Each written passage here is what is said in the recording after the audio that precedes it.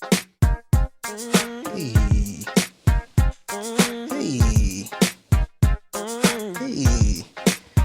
I think I might start back playing music, man. I don't know. I gotta see what YouTube looking like, cause I be feeling like a part of the podcast just be missing. And I be wanting to play my music, man. I really want to play my music. This is my shit. I hope you sync that shit up there, cause I'm acting like I'm singing this shit. They be like, what's wrong with this nigga? Hey, you can get up. You got a stage now. There's a whole stage in here now. I'm lip singing the joint and everything. Hey, I was jamming that shit on the way here, man. And see, normally I would cut the song, but I don't even want to cut it until the hook come on, cause the hook is where it go. Like when you hit a hook, you know exactly where it's at in the movie. Right. Oh my God. I think they play like 3 times. Hey, Eric Benet, come on, man. Bring the beat in. Hey. I'm just lip syncing out. I'm not really singing this shit. I can't sing, y'all. I'm just lip singing this shit. Oh, he can sing. I don't know why he's not singing this shit. I have no clue why. Love, don't love me. Don't love me. Oh shit. Go ahead, man. And on that note, this is another installment of Blassic, hosted by me, Louis B, and your boy K-Rob. What's up, fellas? How you doing, ladies? Man, we are back for another one. Do you like our digs, Kev? I think this is our new landing spot, man. What's in my bag studios? We're here. We in the new shit. We in the new shit. Now I promise you, the setup that you see, it probably will change. I'm still trying to figure this thing out. This is actually my first time doing something in this space. What's in my bag? We filmed that Saturday. Mm-hmm. So this is my first time actually doing something in this space. Man, the month of October has been awesome as far as getting this space together, getting it how I want it to look, and I'm just ready for what's next. I'm ready for everything that's gonna come with this, man. I think we look good. Mm-hmm. It feels good to be in here, and I'm ready to get started, man. So this week's movie, oh man, if you ain't already know from the song that we introed with, we are starting with The Brothers. Mm-hmm. The Brothers, 2001, not to get confused with another movie called Brothers that happened in 2009 with Tobey Maguire and shit. We're not talking about that. We're talking about 01, The Brothers, Morris Chestnut, D.L. Hughley. I'll let him tell you the rest of the cast. Oh man, you know what? Every time I put The Brothers on Google, they always put 4 Brothers. I'm like, I ain't talking about that Brothers, then movie. Brothers 2009, and I'm movie, like, man. fam, The Brothers 2001 was such a phenomenal movie. I don't know if it's one of them Sinbad, the genie movie things where they trying to erase it from our recollection. But fam, that movie was, if I'm thinking The Brothers, I'm thinking that movie first. Right, and everything else after. Maybe Undercover Brothers second. Shit. Yeah, it's very underrated. It's a very underrated classic movie. But yeah, we got The Brothers, like you said, 2001. 2001. Stars Morris Chestnut as Jackson. We got D.L. Hughley as Derek West. Bill Bellamy as Brian. We also got Shemar Moore, Terry Wright.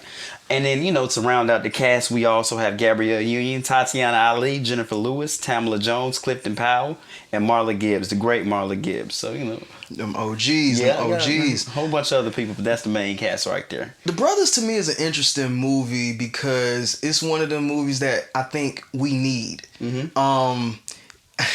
I'm looking at it now older, and it's different from when I was looking at it even in my teenage years. And as a kid, like, I'm looking at this movie and I'm just seeing like everybody going through their individual shit, and I'm just like, man, even if I don't resonate with these exact problems, I see a man in every situation that these men are going through. And I love that they just come together with this brotherhood, this bond that just surpasses all that shit. You know what I'm saying? So Definitely.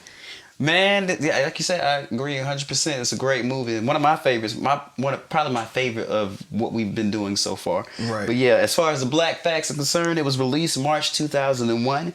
The film grossed $30 million at the box office, which quadrupled the movie's budget of $6 million. They weren't paying them niggas shit, man.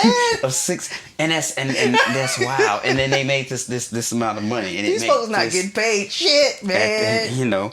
Sack. The film was written and directed by Gary Hardwick.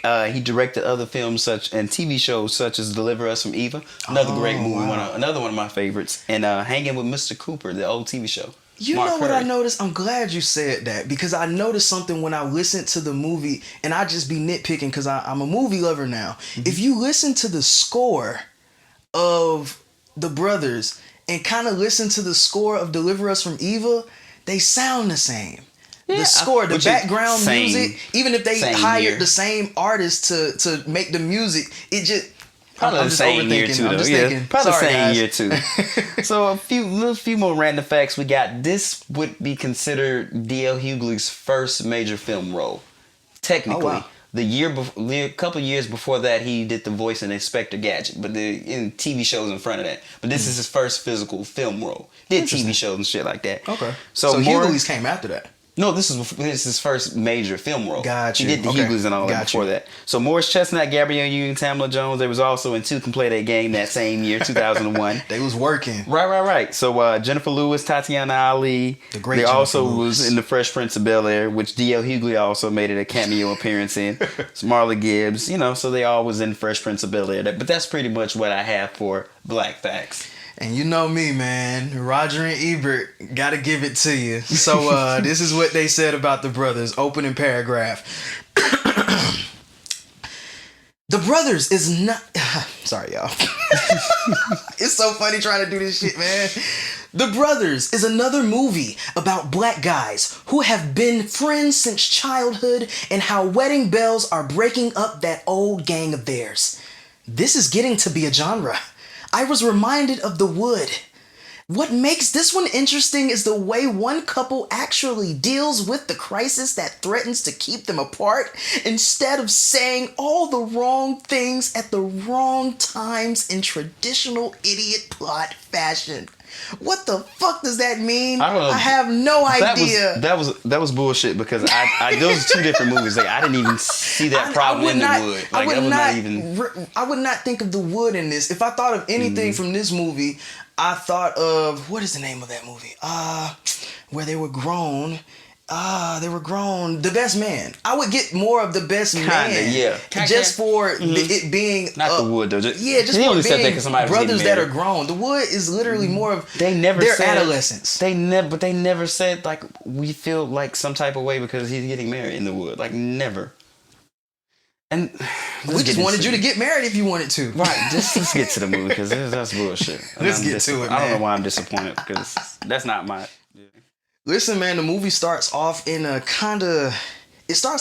interesting fashion. It's a recurring theme throughout the movie that the main character, Jackson, is having this dream that a bride is trying to kill him, trying to murder him, trying to shoot him. But it's kind of an interesting caveat to his character. We'll kind of get into it, man. So the brothers, like Kevin already said, the brothers, we have Jackson, doctor, pediatrician, whatever. Brian, lawyer. Terry, company exec. Derek, who's a teacher, professor, whatever. Oh, really? One of those. Yeah. I think one of the things that's interesting with Jackson is that he has a unwillingness to, he's really jaded in love, in that he don't think that marriage will ever be for him. I think that is coupled with some of the things that he's going through, some of the experiences, and even what he sees on a daily basis with his parents. So it's kind of interesting. I caught that on the second viewing. Yeah, caught that. I was like, not second viewing, but I really caught that this time. Yeah, so being introduced to everybody, that's Jackson's issue. Brian is a lawyer played by the great Bill Bellamy. His issue is that he is tired of the sisters, you know what I'm saying? He is tired of the sisters. I think he wants to dip and dabble into just any old little pot he can get into. I think he ends up dating white women. He ends up just dating women that are, I would say, not what he would normally go for. Right. So I think that's his thing. He's just trying to find what he can. But you know why, though? Again, this is on another viewing now. Since I've been, you realize that there's a back and forth between him and his mom. So you remember the conversation between him and his mom. So him and his mom is just like, oh, fuck your daddy, your stepbrother's daddy, and it's like, I think that's a cycle between black men and black women. As a young black man, you hear niggas ain't shit so much to where you kind of get so tired of that, and then you fuck around and say the goofy shit. Oh, I don't want to deal with black women, which I feel like at certain points, this is gonna be controversial. That people felt that way. Yeah, you make that. But I wanted to make sure I throw that in there because that is a plot point. Definitely. Yeah, definitely. Derek, he's the teacher. Like we said, his thing with his relationship is that he got married early to his woman. Mm-hmm. He got married early to his woman. They have a kid, but somewhere in their sexual escapades, he has not gotten head. I don't know how you get kid before you get head, but that's just what I guess some niggas be going for. That shit ain't for me. You giving me head. We not fucking if you're not giving head. Head is mandatory here. This is what we do. But I might like that better than the intercourse, right? To be honest. And as a kid, I remember that being like the funniest thing. It's like, oh yeah, that's funny. But then as you continue listen to what they talk about, what they say around that, his relationship is a little deeper than that. His problem is a little deeper than that. Yeah, he's kind of like. He probably is not the man he wants to be. He let his woman run the relationship, and you see it when he wants to bring his mom into the house. Yeah. And then we get to Terry. Terry's played by Shemar Moore. Terry is really, I was about to say unproblematic, but that was going to be a lie because the end is crazy. Terry is. I feel like he's just that nigga that's getting to 30 and feeling like, hey, I gotta make this next step, whatever that next step is. So I think it's pretty cool to know, they had a little basketball session, which I think is pretty cool. It's funny, like the opening scene, these niggas are trying to run from wherever they are at because we have to play basketball every week. I think that's admirable though. I do think brothers beats. I was thinking about that the other day. I think we do need to start hanging out with friends before it's too late. Yeah, that's real talk. So they do that. They had a little good conversation about women. They meeting up that night. What they don't know is that night Terry says, "Hey, I proposed to my girl." And I brought her to boys' night. I didn't realize it was boys' night until I got older and I watched the movie. Then I realized the faces that they was making while she was there. I was like, oh, they can't get into their shit. No, Bill Bellamy is not having none of that shit. Yeah. He's like, fuck this. This is the same nigga from Love Jones. I love him for being the friend that is always honest, even if it is to a fault. And it seems like he does that in every movie. Interesting. Yeah. I mean, that's early on. That's he's pretty much the same nigga from Love Jones at that point. Yeah. So of course everybody's trying to figure out, dog, you've been with Shawty for like a couple months. You know what I'm saying? She fine as hell. I get that, but is this really what you want to do? And it's like, you know what I'm saying? As a nigga that's getting married, I don't want to hear that shit from my friends. So congratulate me, my niggas. Say thank you. Say congrats. Say something that's just congratulatory. Don't shit on my parade. So that's what they do, even though they feel they way. And we go on with the story. So Jackson meets him a girl, you know what I'm saying? Which is kind of interesting because he's not open to doing that. Even though his therapist said, go do that. Vanessa Williams, I think and I love how they met. It was a really refreshing to see. I just felt like the scenes back then used to be so organic. Even if it's the most off the wall shit, like somebody taking pictures of you, that's creepy in 2021. But back then, it's some fly ass Love Jones-esque type shit. It's cool. It's Renaissance. It's artistic. It's creative. So they want to act like they friends. Them niggas is not friends. They fucking next scene. It's right. crazy. We love that. And they're together. It's crazy. It's great. So then pretty much from there we get more into Denise and Jackson's relationship. Denise played by Gabrielle Union. We get more into their bond and we just start to uncover some things about them. I think it's pretty interesting that we uncover this at Lil Sister. Her graduation, is it her graduation party or is it a birthday party? Yeah, that's a graduation party. Graduation party. So Denise comes, as my girl. Come as Jackson's girl, but there are some interesting eyes that are happening. There are some interesting eyes coming from Denise as she sees mom. There are some interesting eyes coming from Fred, who's played by Clifton Powell, that sees Denise. It's kind of like, and Jackson's just oblivious to all of this. He's not seeing that being a nigga. But we'll save that for later. So we just see that it's some interesting stuff going on there.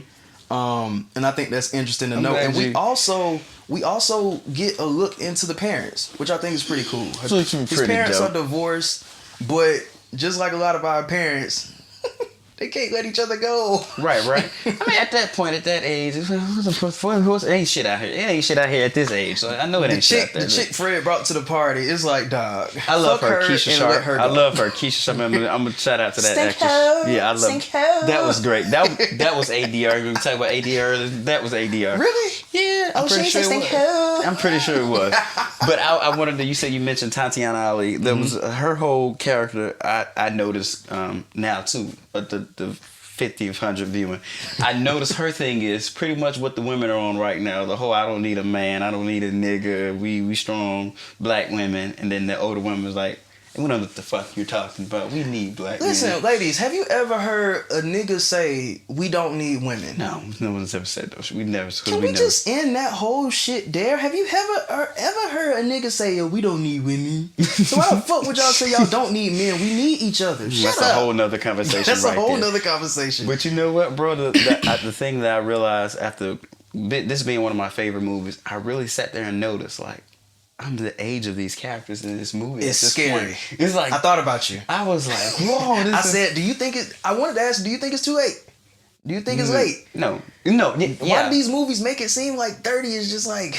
What I do, it depends on what you believe. Like, I do believe a lot of white people, Asians and Hispanics, they get married at like 22. They have kids at like 22. For some reason, we just postpone this shit for so long. So would I like to be married and have kids by now? Yeah, but I mean, I wouldn't say it's too late. But watching this movie this time, dude said he was 29, I'm 32. I was like, oh shit, I'm older than this character in this movie, and they don't look 29. Like Jesus. But I absolutely love, yeah, I don't know where I was going with that, but yeah, I'm really... Yeah. But yes, we get to see some of Jackson's parents' relationship woes. They really still want to be together. You know, they just trying to figure shit out. So that's important to keep in the bag keep for that later. In the bag. One of the things from that party that I took away, and I ain't gonna cap, I keep it with me to this day. How do you feel about real love? The meaning of real love being that last piece of food, offering that last piece of food to your girl. Do you think that's real love? Nah, that was movie. I can't lie, Kev. I took that with me because I when people ask me what do I feel like love is, the number one thing that I say is sacrifice. I say sacrifice, and when I saw that in that movie, I don't know how young I was, but I was like, you know what? That's some fly shit, because she will really appreciate that last piece of food, or it's not even giving it to her, it's offering it. That's the step. Because a lot of times, if you offer it, they gonna turn the shit down. I can see. In my case, they turn it down when I saw that shit this morning. I was like, this movie. And this is like when women say, what's the meanings going around right now? I've had a hard day at work, and my wife says, baby, if I was a plant, would you still love me? That's the kind of bullshit. But I get it. I understand it. But I thought that was a movie, and I didn't think too much into it. But I do have to commend the directors and the writers. They didn't make it... they were able to bring the women in and then not focus so much on them, but didn't have them there. Right. It wasn't like, fuck women, fuck women, fuck men, fuck men. They was able to kind of balance it out. And I did like that I liked the women characters and shit like that. Yeah, so all the characters are going through their lives, living, you know, everything is bliss, except for Derek, because he ain't getting no head. So I think he's having the worst time out of everybody. Really? I think Brian is cool. Brian is cool because the white chick is cool for right now. So we get to a point where, listen, man, Terry, it's time to have a bachelor party for this wedding. It's time to have a bachelor party for this wedding. This is where things get sticky. The bachelor party is being held at Fred's house. Fred is Jackson's dad. That's his father, yeah. Nick got some money, so y'all can have this shit at my pad. I ain't even gonna be there. Kind of like we're doing this podcast. But don't tell me that. But yeah, so my boy Jackson is in the room and he hears a voicemail from a very familiar voice. It's your girl, Denise. And she is talking to who she thinks is the father on the voicemail, and she's like, yo, we gotta tell Jackson about us. Like, how we gonna do this? So now, cat's out the bag. You dated my dad, but it's one of them things where it's like, you couldn't have stopped that. If you planned it when she met you, you couldn't have stopped that. It's not like she gonna run a background report on your last name. They don't look alike because this is a movie. No, they do. No, I mean, they're actors, but they They got the same swag in how they act, though. I will say that. Yeah, then you would believe that they're related. Yeah. Would you be? What would you do in a situation like that? That's it. As soon as I found that out, that's it. I get y'all was. So that's exactly. So listen, that's exactly what Jackson did. He came to his senses. It would have stayed whatever that you way. think Though. senses are. Okay, gotcha. It would have stayed that way. He said, "Yo, I'm done. I'm out. I'm cool. No, I'm out of here." Like, so he breaks up with Denise. I think it's also interesting to note in this part of the story, Brian is realizing that white girls ain't the move because this bitch know how to fight and she ain't got time for your shit and you ain't gonna boss her around. Derek still ain't getting no head. Terry,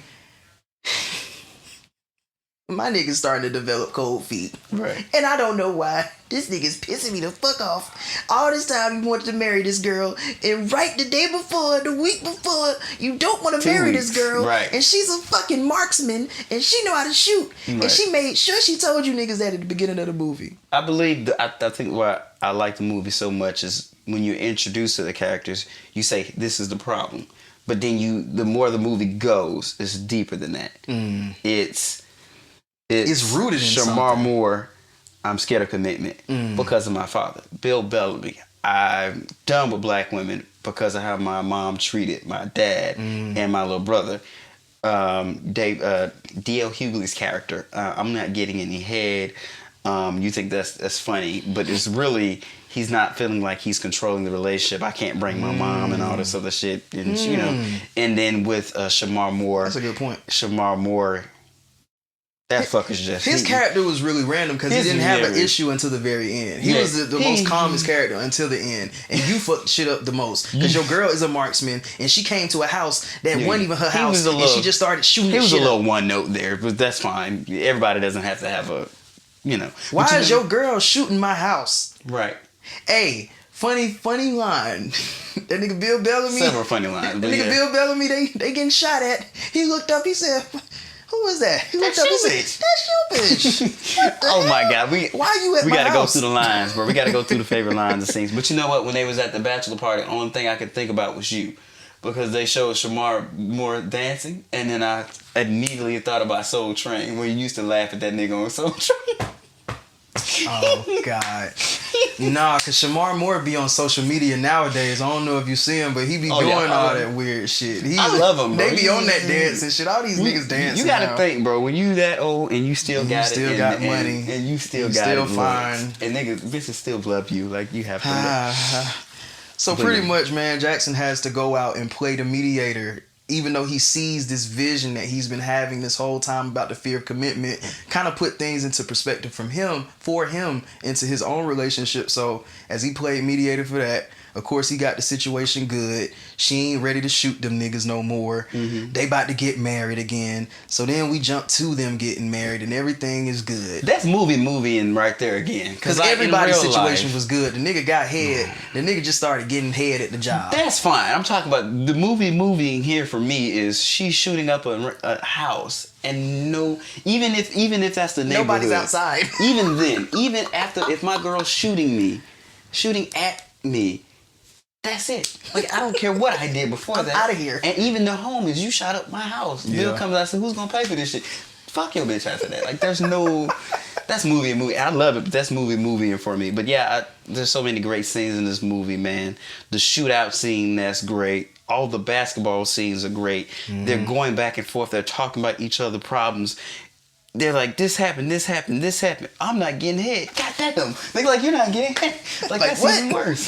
Like, it's just, D.L. Hughley does these things. Like, it's just so great. Like, the basketball scenes are so great. And literally, every time someone says something, someone's getting ready to punch the shit out the next person. Like, you keep, like, especially Bill Bellamy. Every time Bill Bellamy says something, someone wants to fuck him up. Yeah. And D.L. Hughley has great chops for Bill Bellamy every time. Because, you know, they're comedians and they grew up, they probably, you know, they were in that same circle, so they know each other. I love that. I love the back and forth to each individual. They all have the problems. They always say something, want to fuck each other up, but they don't go nowhere. They just very tight. I think we're missing movies like that today. I really feel like we need more movies like that, and I don't know if it'll get the feeling. The thing about us, though, we'll compare it to the other movie. Like, I'm so sad that there was never a sequel. that there wasn't a TV show based around this. We need more of that. Tyler Perry made Bruh. Right. Are you watching Bruh? Nah. He said nah.